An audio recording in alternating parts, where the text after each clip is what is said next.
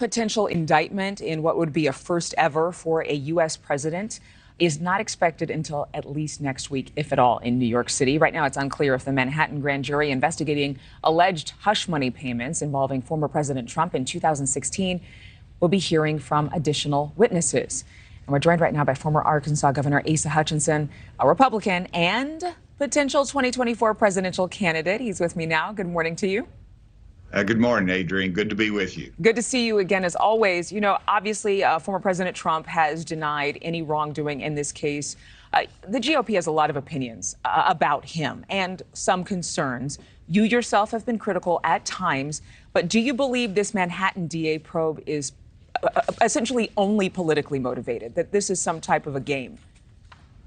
Well, first of all, I've been a former federal prosecutor, and so I understand what it means to make a decision to take a case into court, and you don't want to take a marginal one in. And I struggle with trying to figure out exactly the legal theory and how this could be a winnable case. And so that troubles me. And of course, some of the statements that the prosecutors made gives it a taint of politics, and it's not a pretty look for our country indicting a former president on what appears to be a marginal set of facts and legal theory. Now, having said that, let's stop listening to the former president, his announcements of that, and let's let the facts come out.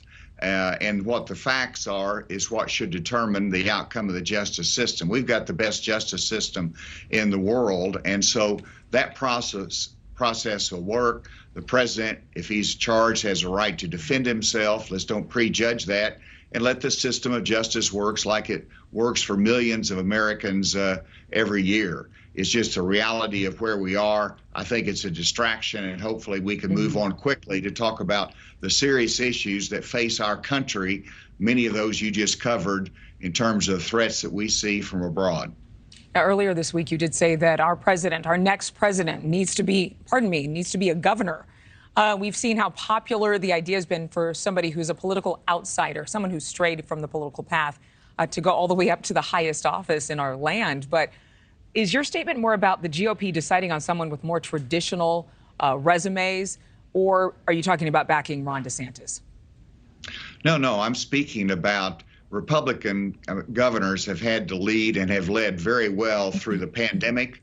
So people understand their leadership capability, their love for freedom, their ability to manage through crisis. And they also know how to balance a budget and create surpluses and create jobs. And so it's tested leadership. Executive leadership is what I was referencing. Obviously, we want to move our country forward in terms of solutions, and our senators serve us well. But whenever you look at the next president, I think governors offer something that is unique, which is executive experience that has been tested.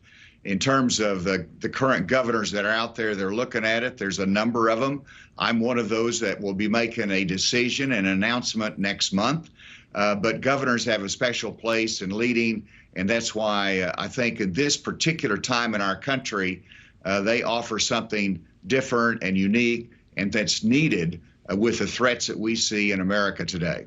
I have another question to ask you, and I know you have yet to announce formally whether you will or will not run for this candidacy. But if Mr. Trump was to ask you to be the VP alongside of him, what would you say? Well, I don't expect that to happen because I've been critical of Mr. Trump in terms of how he's handled himself subsequent to the last election. And in fact, I was chair of his campaign in Arkansas, but after January 6th, after the post-election comments and his singular focus on the past, I don't expect him to offer me anything, and I'm competing potentially, if I make that decision, against him, and we look for alternatives of his leadership for the future of our party and our country, and I think that's what's important for us to evaluate in 2024.